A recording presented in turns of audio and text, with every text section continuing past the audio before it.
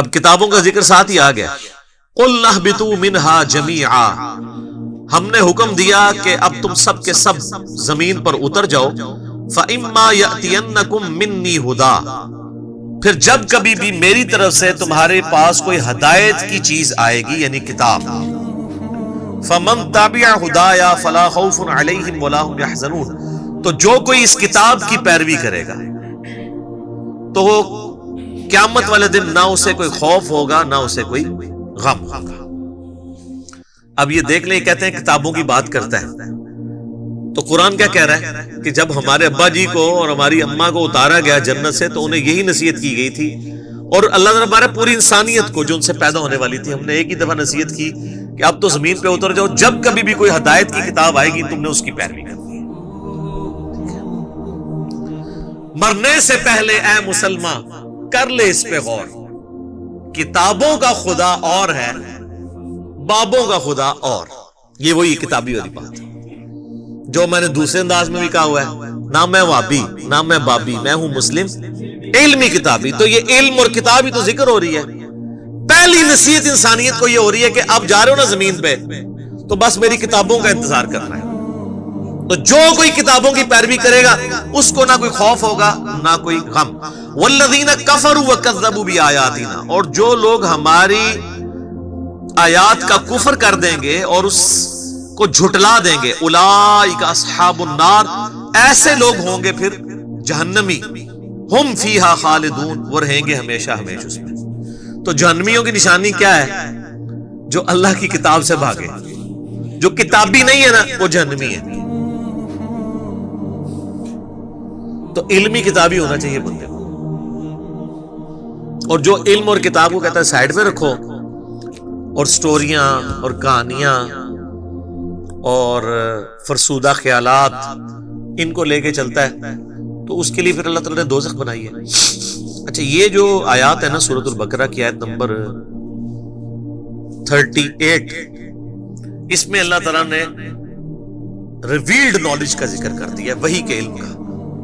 کتاب اور سنت بھی اس میں شامل ہے، کیونکہ سورۃ الاحقاف میں آگے 26ویں پارے کے پہلے صفحے پہ یہ آیت ہے، ایتونی بکتاب من قبل ھذا او اثارۃ من علم ان کنتم صادقین.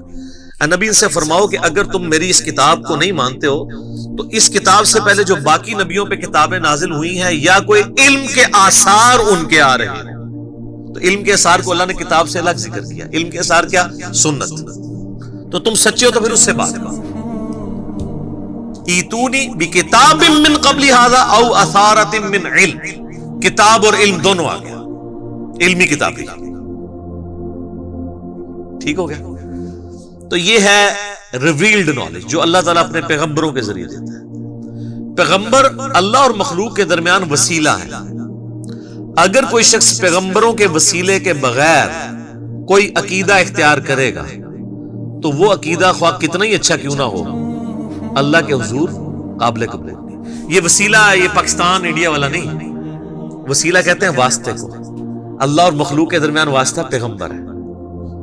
پیغمبر کو اگر کوئی چھوڑ دیتا ہے تو ظاہر ہے پھر وہ اللہ کے بارے میں ایسی کوالٹیز کلیم کرے گا جس کو اللہ نہیں کرے گا. پیغمبروں کو اللہ تعالیٰ رول ماڈل اس لیے بناتا ہے کہ انسان اپنی محبت میں کوئی اللہ کے ساتھ ایسے عقیدے وابستہ نہ کر دے کہ وہ اپنے زوم میں تو وہ محبت میں کر رہا ہو اور اللہ تعالیٰ کو وہ چیزیں ناپسند ہوں.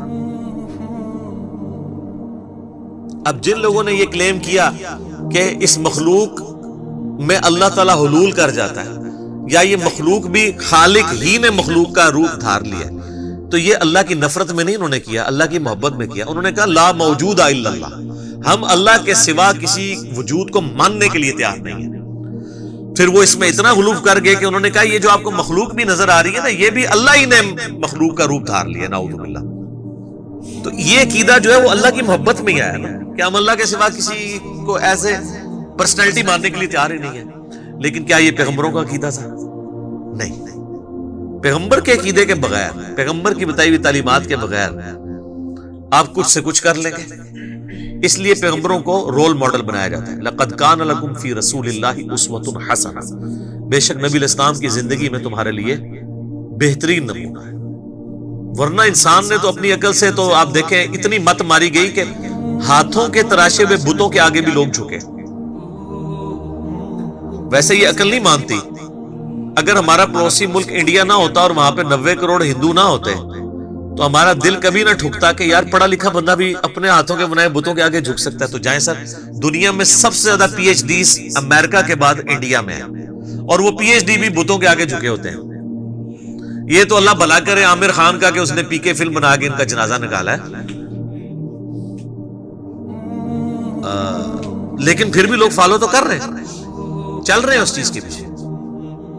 تو یہ آپ کے سامنے ثبوت ہے کہ اس ماڈرن دور میں بھی پڑھے لکھے لوگ ہونے کے باوجود اپنے ہاتھوں کے تراشے ہوئے بتوں کو پوچھتے ہیں. اچھا, وہ بت جب پرانے ہو جاتے ہیں نا تو وہ بتوں کو ٹرالیوں کے اوپر لوڈ کر کے باقاعدہ پلوں پہ لے کے جاتے ہیں, اوپر سے نیچے پھینکتے ہیں دریاؤں کے اندر, ٹھیک ہے, اور وہ کچھ ادھر ہی ٹوٹ رہے ہوتے ہیں, کچھ نیچے دھڑل سے گرتے ہیں. پھر بھی ان کو عقل نہیں آتی ہے کہ یار جو آپ کا معبود جس نے آپ کو بنایا ہوا ہے وہ پرانا ہو گیا, آپ اس کو پھر نیا گھڑ رہے ہیں. تو اب پھر انہوں نے خیر اس کے لیے اور پلی لیے. ویسے کتابیں تو ہندوؤں کی سپورٹ نہیں کرتی ہیں. As far as books are concerned دنیا میں کوئی بھی مذہب ایسا نہیں ہے جس کی کتابیں شرک کی طرف مائل ہوں. ہندوؤں کی بھی جو کتابیں ہیں نا, ویدیں جو ان کی مین جو کتابیں ہیں یا اپنیشدس ہیں, آپ ان کو بھی پڑھیں تو اس میں بھی ون گاڈ کا کنسپٹ ملے گا.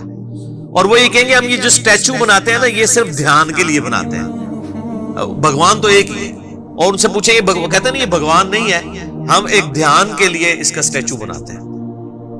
یہ بھی غلط ہے, لیکن ان کی ویدوں میں یہ بات لکھی ہوئی ہے کہ اس خدا کا نہ کوئی اسٹیچو بنایا جا سکتا ہے, نہ کوئی بت بنایا جا سکتا ہے, نہ کوئی تصویر بنائی جا سکتی ہے. تو کتابوں تو وہ بھی نہیں چل رہے ہیں. اور ہمارے مسلمان پھر بڑا فخریہ بتا رہے ہوتے ہیں کہ جی دیکھیں جی ہندو تو اپنی کتابوں میں چل رہے تھے, تسی چل رہے ہو, تسی بھی تو کام چوک کے رکھے ہیں. آپ دیکھ لیں مزارات کے اوپر جو کچھ ہو رہا ہے, تو آپ نے بھی تو یعنی وہی عقیدے کسی نہ کسی فارم میں بگاڑ کے اور ہستیوں کے ساتھ منسوب کیے ہوئے ہیں. اور پھر ہندوؤں کو بھی موقع ملتا ہے, وہ بھی پھر جملے کستے ہیں اور ایسی ایسی باتیں کرتے ہیں, پھر ہمیں بری لگتی ہیں. تو اپنے اوپر بھی توجہ دینے کی ضرورت ہے. تو یہ ریویلڈ نالج یہ بنیاد ہے اللہ تک پہنچنے کی.